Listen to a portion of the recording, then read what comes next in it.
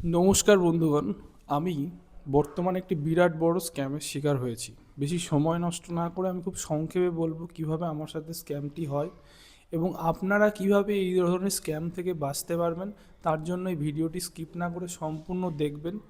তাহলে আপনারা বুঝতে পারবেন যে আমার সাথে কীভাবে স্ক্যাম হয়েছে আর আপনারা কীভাবে এই স্ক্যাম থেকে বাঁচতে পারবেন। তো রিসেন্টলি আমি একটি ফ্ল্যাট বুক করি দমদম, নর্থ দমদমে। তো ফ্ল্যাটটি বুক করার সময় আমার থেকে ফ্ল্যাটের বেসিক যে চার্জ এবং অন্যান্য যেসব চার্জ থাকে সব কটা চার্জ আমার থেকে নেওয়া হয় এবং 1 বছরের অগ্রিম মেনটেনেন্স চার্জ আমার থেকে নেওয়া হয়। এবার আমি সমস্ত চার্জ পেমেন্ট করে আমার রেজিস্ট্রি হয়ে যায় এবং ফ্ল্যাটের যে পজিশন লেটার, এই হচ্ছে আমার ফ্ল্যাটের পজিশন লেটার এবং নো অবজেকশন সার্টিফিকেট, এটা নো অবজেকশন সার্টিফিকেট এবং ফ্ল্যাটের যে প্ল্যান সেটা আমাকে দিয়ে দেওয়া হয় এবং ফ্ল্যাটের চাবি আমাকে দিয়ে দেওয়া হয়। এটা হচ্ছে ফ্ল্যাটের দলিল। এখানে সমস্ত কিছু ডিটেলসে লেখা আছে যে কত টাকা আমি পেমেন্ট করেছি এবং আমার থেকে 1 বছরের অগ্রিম মেনটেনেন্স নেওয়ার পরে, রেজিস্ট্রির পরে আমার যে ফ্ল্যাটের প্রোমোটার আছে সে আমাকে বলে যে আমাকে আরও 17 মাসের মেনটেনেন্স এক্সট্রা পেমেন্ট করতে হবে, যেটা প্রিভিয়াস ডেজ, যেটা আমি আমার বুক করার 17 মাস আগেকার মেনটেনেন্স আমাকে দিতে হবে, কারণ তখন থেকে নাকি মানুষ থাকা শুরু করেছিল ওই ফ্ল্যাটে। সেই জন্য সেই 17 মাসের মেনটেনেন্স উনি আমার থেকে চাইছে। কিন্তু সরকারি নিয়ম অনুযায়ী আমরা যবে থেকে ফ্ল্যাটের চাবি হাতে পাবো তবে থেকে আমাদের মেনটেনেন্স চার্জ দিতে হয় এবং নতুন ফ্ল্যাট রেজিস্ট্রির ক্ষেত্রে প্রোমোটার 1 বছরের মেনটেনেন্স অগ্রিম নিতে পারে। কিন্তু উনি আমার সাথে একটি স্ক্যাম করে। উনি আমার সাথে আমার 1 বছরের মেনটেনেন্স চার্জ নিয়ে সেটাকে প্রিভিয়াস 1 বছরের মেনটেনেন্স হিসেবে উনি দেখাতে চায়। এটা দলিলে কিন্তু কোথাও লেখা নেই যে এটা আমার প্রিভিয়াস মেনটেনেন্স চার্জ ওনাকে দিতে হবে এবং উনি আমাকে কিন্তু ফ্ল্যাটটি সেল করার সময় এই কথা বলে না। ফ্ল্যাটটি সেল করার পরে, রেজিস্ট্রি হওয়ার পরে উনি আমাকে এখন 17 মাসের মেনটেনেন্স দেওয়ার জন্য আমার সাথে প্রেশার ক্রিয়েট করছে। তো আপনারাই বলুন যে এই যে উনি আমার উপর প্রেশার ক্রিয়েট করছে, এটা কি সঠিক কাজ করছে? আজ আপনারা এর বিচার করুন। তো আপনারা যদি এই স্ক্যাম থেকে বাঁচতে চান, আপনারা যারা স্বপ্ন দেখছেন নতুন বাড়ি করবেন বা নতুন ফ্ল্যাট, একটা নিজের ফ্ল্যাটের স্বপ্ন দেখছেন, তারা যখন ফ্ল্যাট বুকিং করতে যাবেন আপনার লিখিত রূপে মেনটেনেন্স সম্বন্ধে আপনাদের প্রোমোটারের থেকে একটা লিখিত রূপে একটা রিসিপ্ট গ্রহণ করে নেবেন যে আপনি 1 বছরের অ্যাডভান্স মেনটেনেন্স পেমেন্ট করে দিয়েছেন, এরপরে উনি যেন এক্সট্রা কোনো মেনটেনেন্স দাবি না করতে পারে। তো এই ভিডিওটাই এটাই আমার জানানোর ছিল যে এই ধরনের স্ক্যাম কলকাতার বুকে বিভিন্ন জায়গায় চলছে। আমি অলরেডি স্ক্যামের শিকার হয়েছি। আমি এখনও মেনটেনেন্স এক্সট্রা যে আমার থেকে চাওয়া হয়েছে সেটা আমি পেমেন্ট করিনি। আমি এটা নিয়ে আইনি পরামর্শ নেব। আমার যে লয়ার আছে তার থেকে অলরেডি আমি পরামর্শ নিয়েছি এবং তিনি বলেছেন যে 1 বছরের অগ্রিম মেনটেনেন্স ছাড়া আর কোনো মেনটেনেন্স দেওয়ার, এটা সরকারি নিয়ম নয়, এটা ওনারা নিজেদের থেকে নিয়মটা তৈরি করে ওনারা এই টাকাটা বেশি, মানে প্রত্যেকটা মানুষের থেকে চাইছে। এটা ভুল, এটা সঠিক নয়, এটা দুর্নীতিভাবে এই টাকাটা চাওয়া হচ্ছে। এই টাকাটা চাওয়ার কোনো রাইটস নেই। ওনারা বলছেন যে ওনারা নাকি কমপ্লেক্স তৈরি করেছেন, তো কমপ্লেক্সে এই ধরনের নিয়ম। কিন্তু আমাদের আরও যারা রিলেটিভসরা থাকে, বন্ধুবান্ধব, সবার থেকে জেনেছি কোনো কমপ্লেক্সে এই ধরনের নিয়ম নয়। আর যদি কোনো কমপ্লেক্সে এই ধরনের নিয়ম থেকেও থাকে তাহলে সেটা হচ্ছে সরকারি নিয়মের আওতায় পড়ে না, এটা হচ্ছে তাদের ব্যক্তিগত তৈরি করা নিয়ম। তো এইটা মানতে মানুষ বাধ্য নয়। এই হচ্ছে আমার দলিল। আর আমি যে প্রজেক্টটাই নিয়েছি সেটা হচ্ছে নিমতাই, দমদমে। ওটা হচ্ছে রিয়ালটরি জিবি প্রজেক্ট। এটা সার্চ করলে অথবা প্লেজার হ্যাবিটেট বলে আপনারা গুগলে সার্চ করলে পেয়ে যাবেন। তো ওইখানে আমার সাথে এই স্ক্যামটি হয়। এরপরে আমি যেই হচ্ছে মার্কেটিং এজেন্টের হাত ধরে আমি হচ্ছে ফ্ল্যাটটা বুকিং করেছি, তার সাথে আমার যে ফোনে কনভারসেশন হয়েছে সেটা আমি এই ভিডিও শেষে অ্যাটাচ করে দেবো, আপনারা দেখে নিতে পারবেন। তো এইটুকুই আমার জানানো ছিল। ধন্যবাদ, সবাই ভালো থাকবেন। এই ব্লকটা 2024 একজন এসছে, যেহেতু এটা চালু হয়ে গেছে, তাই বলছি মেনটেন্স যে যে নেবে পরে, যে 2020 নেবে তাকে ওই মেনটেন্স দিতে হবে। তাকে মেনটেনেন্স দিতে হবে, ঠিক আছে। তাহলে উনি যখন, আমি যখন ঘর বুক করলাম, যখন উনি টাকা নিতে শুরু করলো, তখন উনি হ্যাঁ। এই কথাও না বলে ঠিক রেজিস্ট্রির 4 দিন আগে আমাকে বলল যে আমাকে নাকি আগস্ট মাস থেকে মেনটেনেন্স চার্জ দিতে হবে। 5 মাসের মেনটেনেন্স চার্জ 4,000 সামথিং টাকা। হুম। হ্যাঁ, 4,000 সামথিং টাকা দিতে হবে। তা আমি তখন ওনাকে বললাম যে এটার সম্বন্ধে আমি তো জানি না, আমাকে বলেনি অভিজিৎ দা। তা হ্যাঁ, হচ্ছে, আপনি বলছেন তখন পরে দেবো, হ্যাঁ তখন না, আপনি উনি কিছু আমাকে বলেননি। বলল যে এটা সবার জন্য নিয়ম, আপনার জন্য না। তাহলে আপনি এক কাজ করেন, রেজিস্ট্রিটা হয়ে যাক, আপনি পরে আস্তে ধীরে সুস্থে দিলেই হবে। হুম। তারপরে রেজিস্ট্রি আমি যথারীতি করে দিই। রেজিস্ট্রি হ্যাঁ। করার পর আমি খোঁজ নিই যে এরকম কি আদৌ কোনো জায়গায় কোনো নিয়ম আছে। তা এরকম কোথাও কোনো নিয়ম নেই, বা আমার সাথে এরকম কোনো এগ্রিমেন্ট হয়নি, বা 2024 থেকে আমি ঘর বুক করিনি। হুম। আমি কিন্তু আমি বললাম আমি যে মাত্র হ্যাঁ এটা 20 দিনের মাথায় সমস্ত টাকা দিয়ে দিয়েছি উইথ প্রুফ। আমার কাছে যে টাকা চাওয়া হয়েছে আর যে টাকা দিয়েছি সব হচ্ছে ব্যাঙ্ক ট্রান্সফারের মাধ্যমে দেওয়া হয়েছে। আপনাকে স্ক্রিনশট দিয়েছি, বুকিং করেছে আপনার মাধ্যমে। হ্যাঁ, এইবার আজকে আমাকে উনি বলছে যে আপনার যে টাকা দিয়েছেন সেটা প্রিভিয়াস ইয়ারের টাকা। আর আমি জানি আপনি আমার থেকে অ্যাডভান্স 1 বছরের টাকা বিল করেছেন। হুম। হুম। তাহলে কোনটা ঠিক আর কোনটা ভুল, এইটা আমার জানার বিষয়। আর যদি তাই হতো আমাকে আগে বলা উচিত ছিল, তাহলে আমি ভেবে দেখতাম আমি নেব কি নেব না। উনি যখন প্রথম 1 লাখ টাকা নিল, তখনই উনি তো বলেই তো পারতো যে আমাদের কিন্তু এরম নিয়ম, তাহলে আমি হয়তো রিফান্ড করে নিতাম বা নিতাম না, বা আর ভেবে। এটা যদি আমাকে প্রথমে বলে দিত যে এই মেনটেন্স থাকবে, আমি তো প্রথমেই আপনাকে 12 মাসের থেকে 14 মাসের লিখে দিতাম। এখন যেমন আজকে পুরো ক্লিয়ার হয়ে গেল, আমি বললাম লিখিত দিন, আমার লিখিত আমাদের সঙ্গেও দেখুন লেখা থাকবে এই জিনিসটা, যে ফর্মটা আপনি সাইন করেছেন। তাহলে প্রথমে এই কাস্টমারকে এটা হতো না, জিনিসটা প্রথমে যদি আমাকে বলে দিত এই জিনিসটা। আজকে দেখুন একটা জিনিস যদি আপডেটটা চেঞ্জ হয়, সেটা আমি জিজ্ঞেস করবো না ওনাকে যে কি আপডেট হচ্ছে, কি চেঞ্জ হচ্ছে। কোনো জিনিস যদি আপডেটটা চেঞ্জ হয়, উনি তো আমাকে নিজের থেকে বলবে এটা। হ্যাঁ, যেহেতু আপনি ওখানে আছেন, আপনি ওখানে হ্যাঁ, ফ্ল্যাট বিক্রির সেটাই দায়িত্ব তো, নিয়ে আছেন, এটাই তা বলছি। আপনাকে আমি তো। তো ওনাকে বলছি আপনার একটু কোনো চেঞ্জেস হচ্ছে, এটা তো আমি আর জিজ্ঞেস করবো না দিয়েছে পড়ে।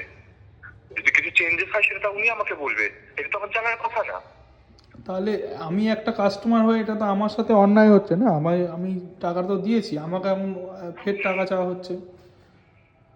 ঠিক আছে, ওরা তো হবে না, আপনি একবার সামনাসামনি এসে কথা বলুন ওনার সাথে। আমি আমার বসকেও বলেছি, উনিও কথা বলেছে, আপনি সামনাসামনি একবার আসুন। সামনাসামনি বলতে উনি বলছে যে যে যা তুমি যার সাথে বুকিং করেছো তার সাথে বুঝে নাও আমি তোমার। তো বললাম তো কথা, এখন তো কিছু বলছেন না, উনি বললাম একবার সামনাসামনি আর আসুন। আর তার থেকেও বড় কথা, উনি আমাকে বলছে যে তুমি অভিজিতের থ্রুতে এলে কেন, তোমার এখানে আত্মীয় আছে, তুমি আত্মীয় থ্রুতে এলে না।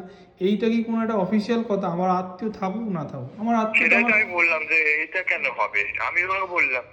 আমার আত্মীয় আমার খোঁজ নেয় না, আমি আমার আত্মীয়র খোঁজ নিই না। তা আমার কেন, আমি একটা অফিসিয়াল কাজে কেন আমি আত্মীয় জড়াচ্ছে কি করে, বুঝছি না তো ব্যাপারটা।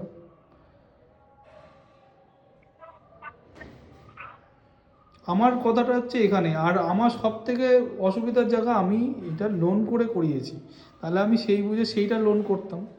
হ্যাঁ, এটা আমি আমার মতো আমার নিজের লোন যা সিস্টেম ছিল সেই লোন অনুযায়ী আমি এটা টাকাটা তুলে করেছি। আর যে টাকা আমার কাছে ক্যাশ ছিল ছিল। একবার আসুন, এসে কথা বলুন সামনাসামনি, আমি তো বলে রেখেছি। আমি দরকার হলে আবার বলবো আজকে দিয়ে ফোন করাবো। আমি ওনাকে বললাম যে দেখুন, আমি কনজিউমার ফোরামে কথা বলেছি, এখানে তো কনজিউমার ফোরাম থেকে বলেছি এরকম কোনো নিয়ম নেই। তা আপনারা কেস করার আগে বা কমপ্লেন করার আগে একবার নিজেরা নিজেরা সেটেলমেন্ট করতে পারলে করবেন। আমাদের কনজিউমার ফোরাম অফিসার আমাকে এটাই বলেছে, ঠিক আছে। হুম। হুম। এবার সেই অনুযায়ী আমি আপনাকে ফোন করলাম, বা হ্যাঁ। ওনার যে হ্যাঁ। ম্যানেজার ওনাকে ফোন করলাম, ওনাকেও ফোন হ্যাঁ। করলাম। তো উনি বলছে ঠিক আছে, তুমি পেমেন্ট দিবা না পরে কমিটি তোমার থেকে বুঝে নেবে উইথ ফাইন 5%। হুম। আমাকে এইটা বলছে। আর তারপরে যখন ও কোনো কথাই পারছে না, বলছে তুমি যার সাথে বুকিং করেছো ঘর তার সাথে বুঝে নাও, আমি কিছু জানি না। এই লিখিত সেটাই যে করতে পারেন, সেটা কোনো অসুবিধা নেই। লিখিত আমার সাথে আপনার কিছু হয়নি, আপনার সিগনেচার আছে দলিলে আর ওনার সিগনেচার আছে। প্রবলেম তো ওনারই বেশি হবে, রিয়া নাম্বার যেখানে আছে সে তো বটেই, আমি যে করতে পারবেন সময়টা না। এখানে তো আমার কোনো লিখিত ডকুমেন্টস নেই, রিয়া নাম্বার কি আমার, কোম্পানি কি আমার। না, সে তো নয়, হিসাবটা আপনি দিয়েছেন আর তাই বলে ও বলছে এটা অভিজিতের ভুল, তাই এটা হিসেব খেসারত। তো আমাকে যে কোনো কিছু যদি আপডেট না করে সেটা তো আমি জানতে পারবো না। আগে যেগুলো আমি প্রথম থেকে করেছি সেগুলোই করছি, সবাইকে আমি এরকম ভাবে তাহলে আলটিমেট তো ভুল তো যে প্রোমোটার তারই তো, সে যদি হ্যাঁ আপনাকে সেটাই আপডেট, তো। তাহলে তার যখন ভুল তা খেসারত আমি আপনি কেন দেব? ওটা ওরকম হবে না, আপনি সামনাসামনি এসে কথা বলবেন, আমি বলে দিয়েছি কথা, আপনি আসবেন আবার যেদিন কি বলে শুনুন, তারপর আমি আবার কথা বলবো। আমি তো বলছি আমি কালকে যাব একবার, ওই ইয়ের টাকাটা দিতে যাবো, সামনাসামনি দেবো কী বলে, আমাকে বলছে যে হ্যাঁ তুমি, আমি জানি তুমি একটা শিক্ষিত ছেলে, তুমি হচ্ছে ব্যবসা করো, তাই এতক্ষণে তো তুমি বাংলায় বুঝে যাবা, আমি তো বাংলায় বলছি, আমি তো হিন্দিতে বলছি না। আমি বলছি হ্যাঁ আমিও বাংলাতেই বলছি, আমিও হিন্দিতে বলছি না বা উর্দুতে বলছি না। বলছে আপনাকে যখন প্রথমে বলা হচ্ছে তখন আপনি বলেছিলেন হ্যাঁ দেবো, তখন আপনি এটা বলেছিলেন, তখন কেন না করেননি?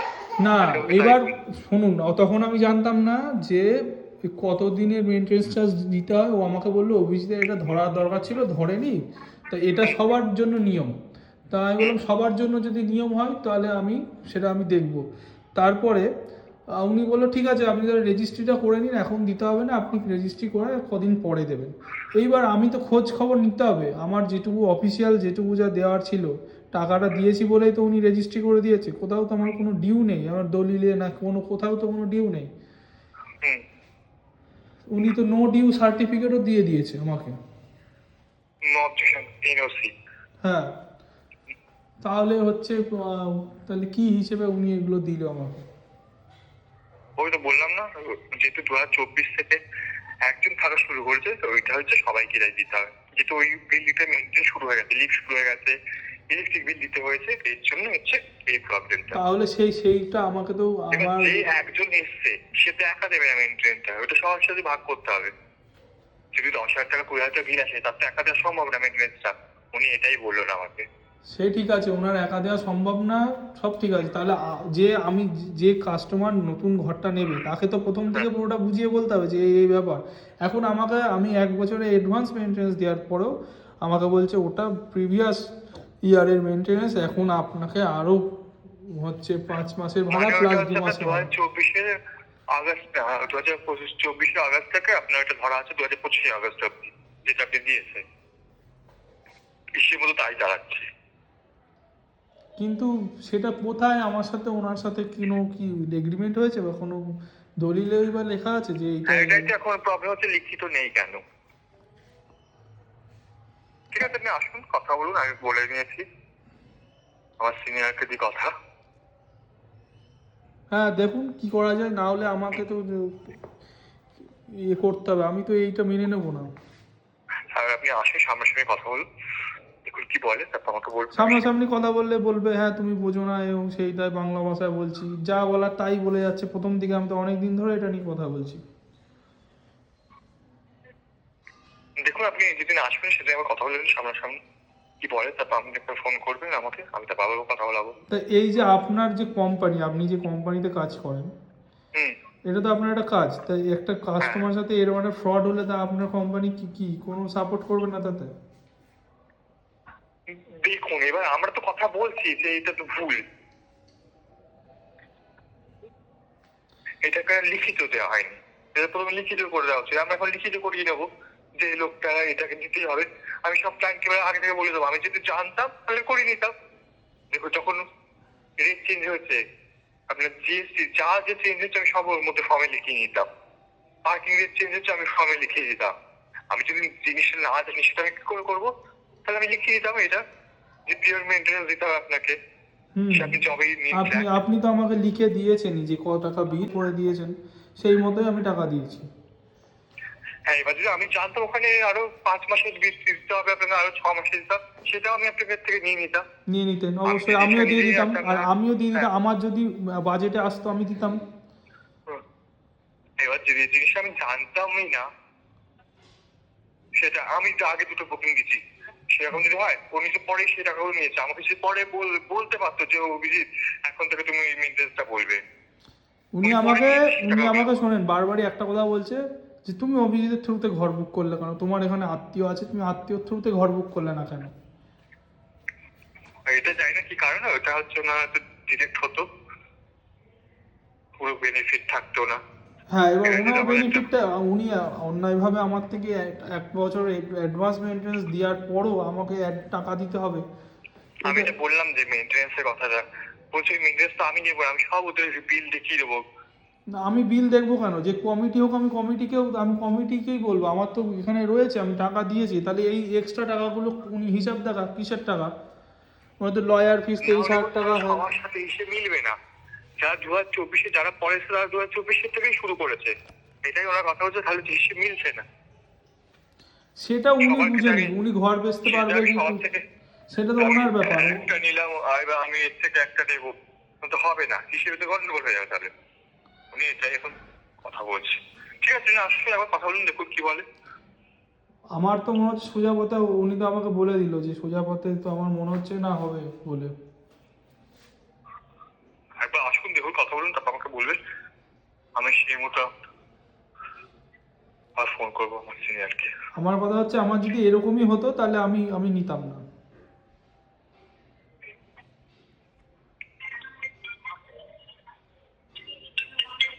ঠিক আছে। হ্যাঁ হ্যাঁ, ঠিক আছে, আপনি দেখুন, কথা বলে একবার সঙ্গে সঙ্গে এসে। হুম।